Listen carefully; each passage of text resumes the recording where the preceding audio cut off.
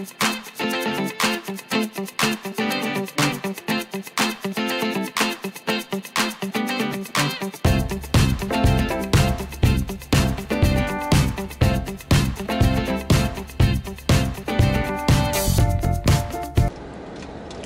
everybody, this is Dear Mama Sal, and I thought I'd quickly just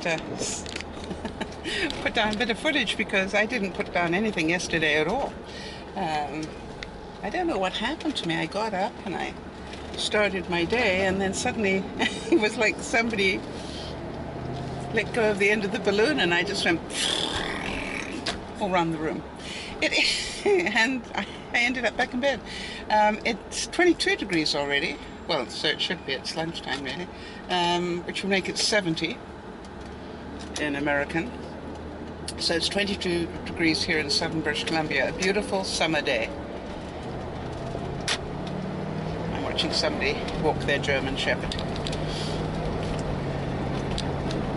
And a well-behaved one, because it's just walking with them at the same pace they're going. I love to see a German Shepherd do that.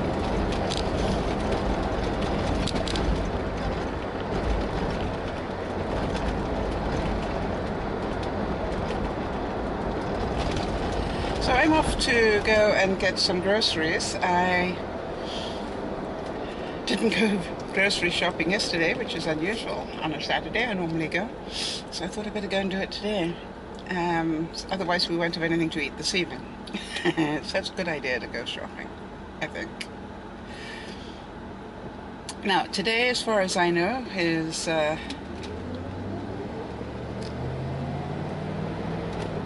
of a good time for Farmer. For those of you who know Farmer from the broadcast, I think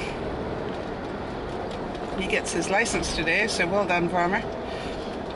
Or he gets it sometime within this week, so as a week wrap-up, that is awesome.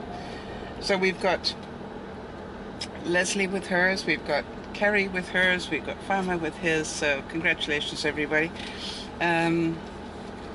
There's freedom for 3 of you. And it's amazing. I think for a second I just wanted to talk about that, which is for all those of you who know what that feels like, what freedom feels like, in the terms of being able to drive a car. Can you imagine what it would be like if you were restricted from driving a car? How would you live your life then? In this day and age, in this environment, and everybody goes, oh well, you know, who cares about the bus service, you know, I drive where I need to go. Yeah, because you can. But what about all the people who can't? And so I was just wondering if you could give a couple of minutes thought to how you would live your life if you couldn't drive. And some of you are going, that's what they built Uber for. For those of you who know what Uber is, it's like a cut-rate taxi service. So it is important to have a look at those sort of things in your life. I've always tried to balance my life by going, yes, this is great, but what if I couldn't do this? What if I didn't have this availability, this luxury, this way of life? I've always tried to think about that. What would I do if I couldn't speak? What would I do if I couldn't see? What would I do if I couldn't use my fingers and the internet? Ugh. And as we jokingly said last week, you know, the new Maslow theorem is that the most important things we need in life are Wi-Fi and battery. And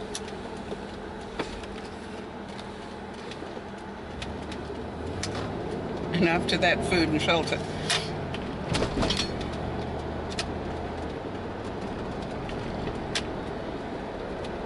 It's such a pretty day. I'm going to actually just enjoy going shopping.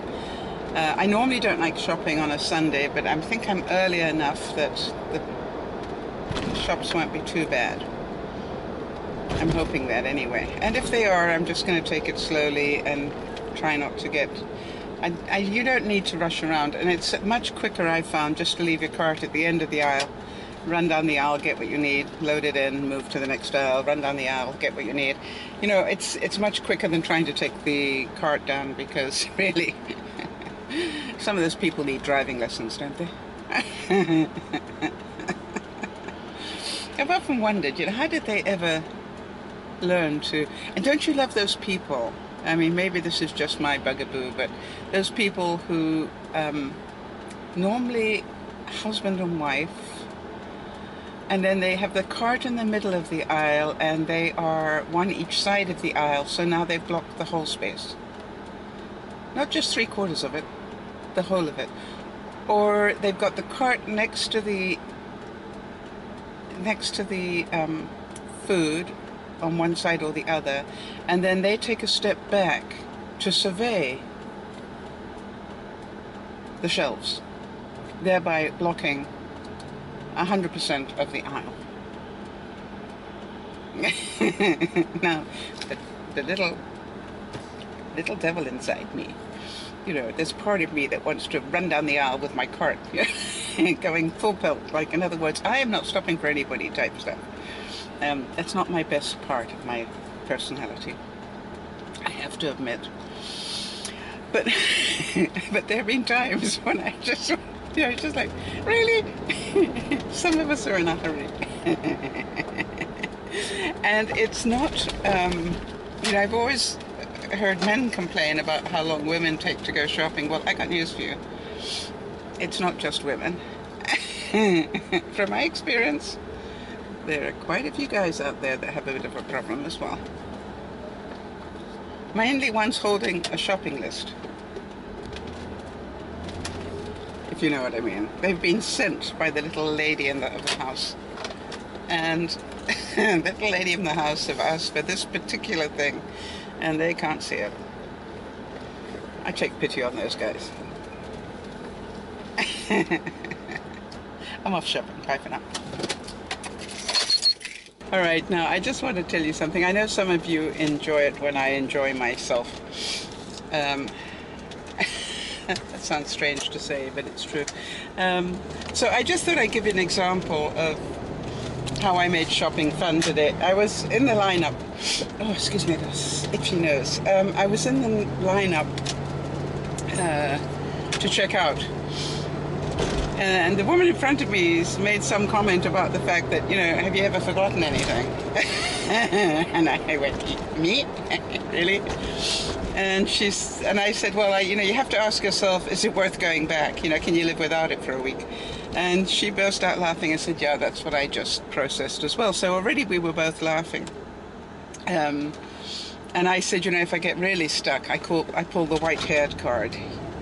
And she laughed and went, yep. I said, I only ever do that in very dire cases, because, you know, basically I hate to be treated like a white-haired person, but which is quite funny. Which is quite funny considering I got white hair. Anyways, and so then the teller, whatever, checkout person, I can hear her talking to the lady in front of me, and she said, what a beautiful day. And by the way, it is. Yeah, it really is. Oh, shush. That's my coolant sensor telling me that it's bad. Well, I already know it's bad. I don't care. Anyway, so she said, what a great day. And you remember my little devil inside, otherwise known as my bitch from hell. Anyway, my little devil inside. I stopped laughing and I looked her straight at her, even though she wasn't serving me, and I went, oh, we could change that for you. Well, I want to tell you, the woman in front of me and the woman behind me both burst out laughing, and then the checkout person said, I bet you could. I said, yep, and without even trying.